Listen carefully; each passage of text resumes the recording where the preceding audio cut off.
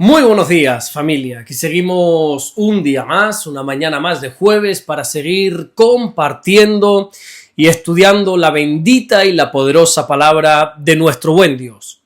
Hoy nos vamos a ir hasta el versículo 36 del Evangelio de Mateo, capítulo 22, que así nos dice la palabra del Señor. Maestro, ¿cuál es el gran mandamiento en la ley?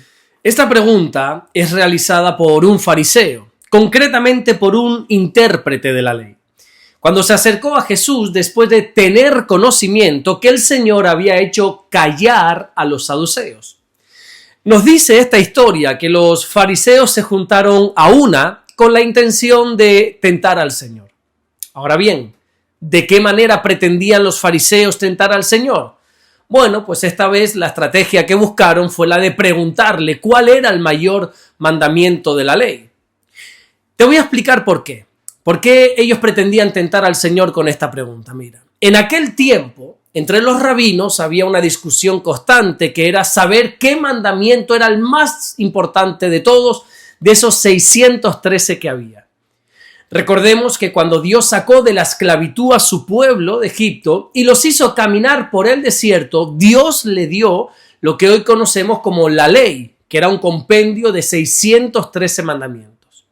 Por una parte habían 248 mandamientos positivos, es decir, lo que se podía hacer, como por ejemplo lo que dice Levítico capítulo 19, versículo 18, cuando dice que hay que amar al prójimo, o por ejemplo en Éxodo capítulo 22, versículo 21, cuando se nos dice que hay que cuidar al extranjero, al huérfano y a la viuda.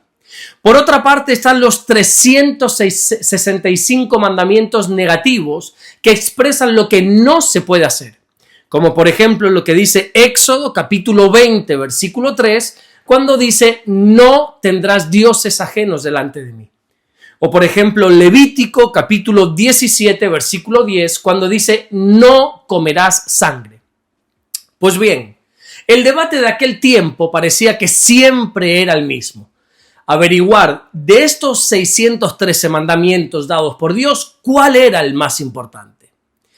Muchos de los rabinos de aquella época decían que el mandamiento más importante era guardar el sabbat, guardar el sábado, el día de reposo. Otros tantos decían que el más importante era ofrecer sacrificios. Y después habían otros cuantos rabinos que consideraban que el mandamiento más importante era la circuncisión, ya que era la señal del pacto. Sin embargo, Jesús no iba a responder ni uno ni otro, sino que como veremos Dios mediante mañana viernes en el siguiente devocional, Jesús dirá que tanto el primer mandamiento como el segundo mandamiento más importante tienen que ver con el amor. Fíjate esto que tremendo, porque es cierto que la pregunta la hacen unos fariseos, pero al final de cuentas creo que esta es la misma pregunta que seguimos haciéndonos todos a día de hoy. ¿Qué mandamiento es el más importante? Todos los mandamientos que los rabinos decían que eran los más importantes, si te das cuenta, se trataban de actos físicos, ya sea guardar el sábado, ya sea ofrecer sacrificios o circuncidarse. En resumidas cuentas, el ser humano siempre ha considerado que su relación con Dios se trata de lo que tenemos que hacer por Dios. Acuérdate, si no, de la pregunta que le hizo aquel joven rico al Señor, que desde niño dice que guardaba los mandamientos. El joven rico no le preguntó al Señor, oye Señor, ¿cómo heredaré la vida eterna? Sino que en el Evangelio de Marcos, en el capítulo 10 y en el versículo 17, se nos dice que la pregunta de este joven fue, ¿qué haré para heredar la vida eterna? No sé exactamente quién fue el que dijo esta frase que te voy a decir, pero dice algo así como, el cristianismo no se trata de hacer un esfuerzo más para Dios, sino de tener una rendición total ante Dios.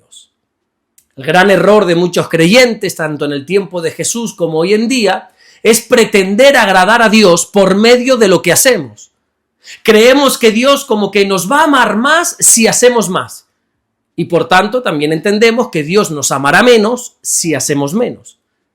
Y se nos olvidan pasajes como por ejemplo el que escribió el apóstol Pablo a los romanos, allí en el capítulo 5 y en el versículo 8, cuando se nos dice que Dios muestra su amor para con nosotros en que siendo aún pecadores, Cristo murió por nosotros. Dios nos ama aún siendo pecadores. Dios nos ama, no nos ama más ahora que hacemos más cosas por Él. Ya Dios nos amó desde el principio. Su amor hacia nosotros comenzó cuando nosotros estábamos perdidos y muertos en nuestros delitos y en nuestros pecados. Dios nos buscó cuando estábamos perdidos, Dios nos perdonó cuando éramos culpables de pecado y Dios nos dio vida cuando estábamos muertos. Por eso quiero reiterar que el amor que Dios siente hacia nosotros no se basa en absoluto por lo que nosotros podamos hacer por Él y para Él. Porque vuelvo y repito, ya Dios nos amaba inmensamente, aún antes que nosotros tuviéramos la más mínima intención de servirle. Y por eso creo que todas las personas hemos entendido mal nuestra relación con Dios. Nosotros creemos que la relación con Dios se basa en hacer, cuando en realidad la relación con Dios se trata de ser. La religión siempre pregunta, ¿qué tengo que hacer? Y esta es la gran diferencia entre la religión y el evangelio. La religión nos dice que tenemos que hacer para que Dios nos acepte, pero el evangelio dice que ya nosotros somos aceptados por Dios. Los fariseos querían saber cuál mandamiento era el más importante y se llevaron una grandísima sorpresa cuando Jesús les enseñó que el mandamiento más grande no se trata de una acción, sino de una relación. La religión te repite una y otra vez que tienes que esforzarte para que Dios te acepte. Lo que pasa es que si obramos de esta manera, el sentimiento que nos va a invadir es el que nunca es suficiente, ¿verdad? Sin embargo, el evangelio nos recuerda que ya nosotros hemos sido aceptados por Dios. El apóstol Pablo dice en esa preciosa carta que le escribe a los Efesios, capítulo 1, versículo 6, para alabanza de la gloria de su gracia con la cual nos hace aceptos en el amado. La religión constantemente te dice que tienes que hacer muchas cosas para poder acercarte a Dios. Pero el mensaje del evangelio es otro. El mensaje del evangelio es totalmente diferente. El mensaje del evangelio es que ya Dios ha hecho todo para poder acercarse a ti. ¿Esto quiere decir que no tenemos que hacer nada por Dios? No me malinterpretes, ni muchísimo menos. Claro que tenemos que hacer por Dios. Claro que un cristiano tiene que estar sirviendo constante y permanentemente a su Señor y a su iglesia. Pero todo lo que hagamos por Dios es única y exclusivamente por gratitud. Nuestro servicio no hará que Dios nos ame más. Simplemente que como nosotros estamos tan agradecidos por todo lo que Dios ha hecho, ahora nosotros queremos dedicar nuestra vida en gratitud para servirle a Él. Amén. Vamos a orar en esta mañana y vamos a darle gracias a nuestro buen Dios. Señor, gracias porque tú eres bueno. Gracias porque para siempre es tu misericordia. Señor, yo te doy las gracias por este día, por un día más de vida, Señor, que aún sin merecerlo, tú nos regalas este día, Señor. Gracias porque no se trata de lo que nosotros podamos hacer por ti.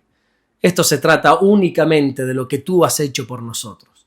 Tú nos has amado, nos has perdonado, nos has aceptado, incluso antes de que nosotros tuviéramos la más mínima intención de hacer algo para ti. Por eso una vez hemos comprendido tu amor hacia nosotros, ahora nosotros te amamos, te servimos. Como dice tu palabra, si nosotros te amamos a ti, es porque tú nos amaste primero a nosotros. Gracias, Señor, por todo lo que estás haciendo. Señor, bendícenos en este día. Oramos para que tu bendición pueda alcanzarnos en el día de hoy. Gracias por todo lo que estás haciendo, mi Dios. Y gracias por todo lo que vas a hacer en el nombre bendito de Jesús. Amén y amén. Que Dios te bendiga. Nos vemos mañana viernes, Dios mediante, para seguir compartiendo la palabra del Señor. Recuerda compartir estos vídeos, estos devocionales, estos mensajes con todas aquellas personas que consideras que puede ser de bendición. Nos vemos mañana, Dios mediante. Bendición.